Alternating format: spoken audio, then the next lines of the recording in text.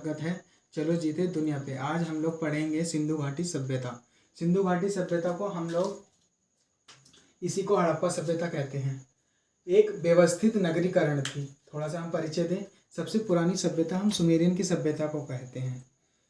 हम इसे व्यवस्थित नगरीकरण के कारण सिंधु घाटी सभ्यता कहा जाता है। नहीं तो सबसे पुरानी सभ्यता सुमेरियन की सभ्यता थी। मेसोपोटामिया, मिस्र, अन्य और सभ्यताएं रही। हम लोग, मेरा मैप इतना बड़ा नहीं है कि मैं उसमें पढ़ा सकता हूँ। जैसे ऊपर हम लोग मैप वाइज करेंगे तो मैंने थोड़ा नक्शा यहाँ पे लिया है। जैसे ऊपर क्या है, जम्मू कश्मीर। हम लोगों का भारत का नक्शा है। ये ऊपर क्या है, जम्मू कश्मीर। जम्मू कश्मीर में क्या लेते हैं हम लोग, मांडा चिनाब नदी के पास है मांडा। उसके उत्तर में, दक्षिण में हम लोग लेंगे देमाबाद। कौन सी नदी के का है, गोदावरी नदी पे, जो महाराष्ट्र का एरिया है। और हम लोग लेंगे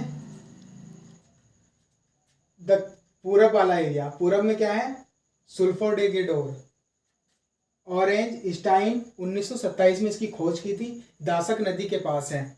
ये है बलूचिस्तान में। और हम लोग पश्चिम वाले एरिया में लेंगे आलमगीर की खोज की थी यज्ञदंत शर्मा ने 1958 में। ये है हमारे हिंडन नदी के पास, जो कि ये यूपी मेरठ वाला एरिया है। हम लोग बात करेंगे नदियों की, तो नदी यहाँ से बहती है हम लोगों की, सिंध की नदी ये आ रही है। यहाँ पे मोहनजोदड़ो, झेलम, चेनाब, रावी नदी, हड़वा नदी और राखी गढ़ी, बनावली, कालीबंगन। ये अब गुजरात वाला एरिया आता है।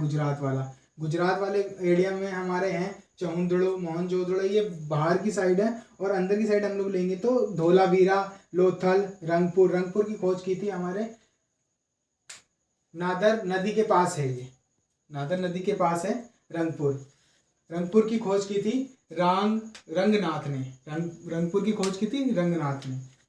हम लोग अब लोग बात करेंगे हड़प्पा सभ्यता, सिंधु घाटी सभ्यता की लिपि कैसी थी।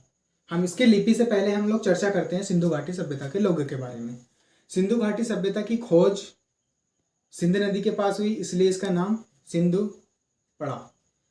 हम लोग बात करते हैं कि सिंधु घाटी सभ्यता कैसी रही होगी। सिंधु घाटी सभ्यता का नगरीकरण की विशेषता जॉन मार्शल, जिसकी निगरानी में दयाराम सैनी ने खुदाई की 1921 में।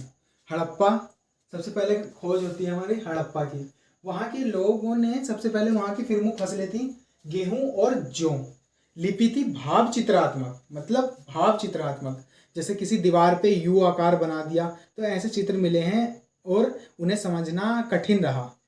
तो अभी उनकी जानकारी नहीं मिली है और भाव चित्रात्मक मिला। मछली के चिन्ह मिले, इसलिए इन्हें भाव चित्रात्मक कहा गया।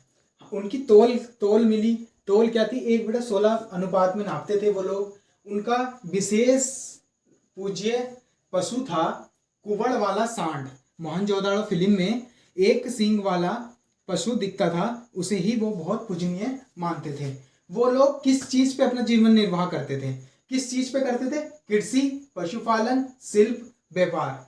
कृषि का वो अपने से अधिक अनाज उगाना उन्होंने शुरू कर दिया था।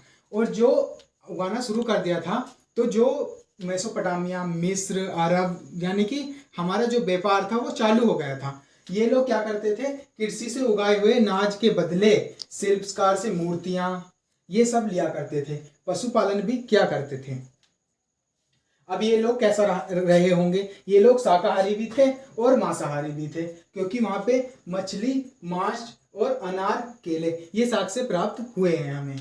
अब मोहनजोदड़ो की बात करते हैं हम लोग। मोहनजोदड़ो, वहां से हमें अन्नागार मिला है, बहुत बड़ा स्नानागार मिला है, जिसकी लंबाई 11.88 मीटर है, चौड़ाई 7.01 मीटर है, गहराई 2.43 मीटर है।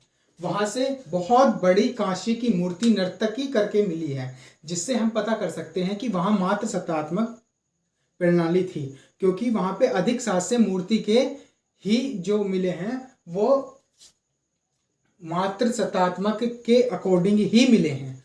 मतलब महिलाओं के चित्र, महिलाओं की मूर्ति इत्यादि बहुत मिली हैं। हम लोग बात करते हैं घरों का विन्यास कैसा रहा होगा, ग्रिड पद्धति। घरों का विन्यास कैसा रहा होगा, ग्रिड पद्धति। ग्रिड पद्धति से हमारा मानना है कि जो सड़कें थी वो समकोण पे काटती थी, घरों के दरवाजे पीछे की ओर थे। मोहनजोदड़ो फिल्म में देखा होगा, ऋतिक रोशन जब हीरोइन से मिलने जाता है तो वो पीछे की तरफ से जाता है। पर यहाँ पे एक अपवाद है जो मैं अभी क्लियर करता हुआ चलता हूँ, लोथक में नहीं था। लोथल में क्यों नहीं था, क्योंकि वो गुजरात में था। बंदरगाह वाला एरिया में अगर वो लोग सामने की ओर रखते गेट या दरवाजे या खिड़की, तो वहाँ पे सामान निकालने ले जाने में दिक्कत पड़ती, इसलिए उन्होंने पीछे की ओर रखा था। पर लोथल में सामने की ओर रखा है।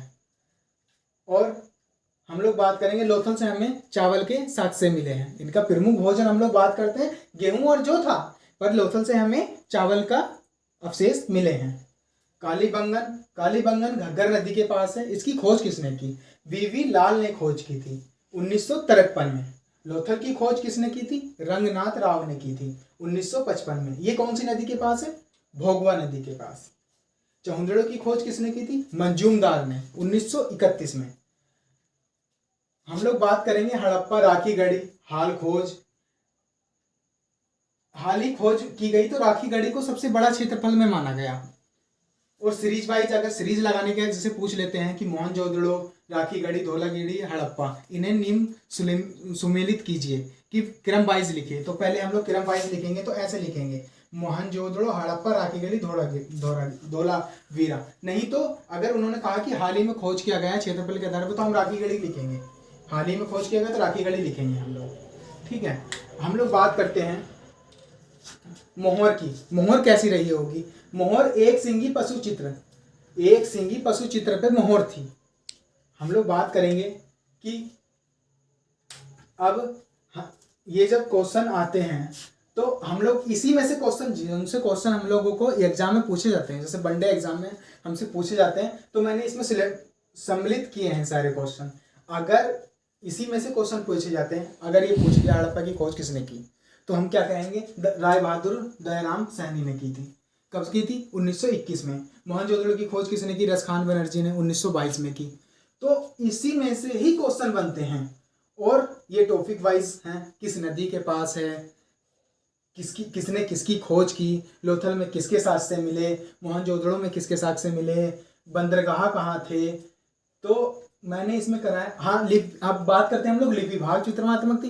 एक लिपि दाईं से बाईं ओर लिखी जाती थी, बाईं से दाईं ओर लिखी जाती थी। तो इसी में है जो क्वेश्चन बनते हैं, इसी में से ही बनते हैं, कहीं अलग से नहीं आते हैं। तो हमने अब जो इसमें छूट गया है, मैं अगले वीडियो में कोशिश करूंगा उसे करने की। और कुछ मेन टॉपिक जो महत्वपूर्ण तथ्य रहे हैं वो मैं अपने अगले वीडियो में बताने की कोशिश करूंगा। Thanks all of you. ये वीडियो मैं यहीं समाप्त करता हूँ। आप लोगों का बहुत बहुत धन्यवाद। आप लोग देखते रहिए चलो जीते दुनिया। अगले टॉपिक में मैं महत्वपूर्ण तथ्यों की बात करूंगा जो एग्जाम वनडे एग्जाम में वेरी इंपॉर्टेंट है। जो अभी हाल ही में यूपी SSS का एग्जाम पीईटी वाला होने वाला है, उसमें से भी बहुत क्वेश्चन उठेंगे थी हिस्ट्री में से। वही टॉपिक लेके चल रहा हूँ। ज़्यादातर फोकस भी रहा मेरा। और कहता हूँ लाइक करते रहिए, शेयर करते रहिए, सब्सक्राइब करते रहिए। आप लोगों का बहुत बहुत धन्यवाद।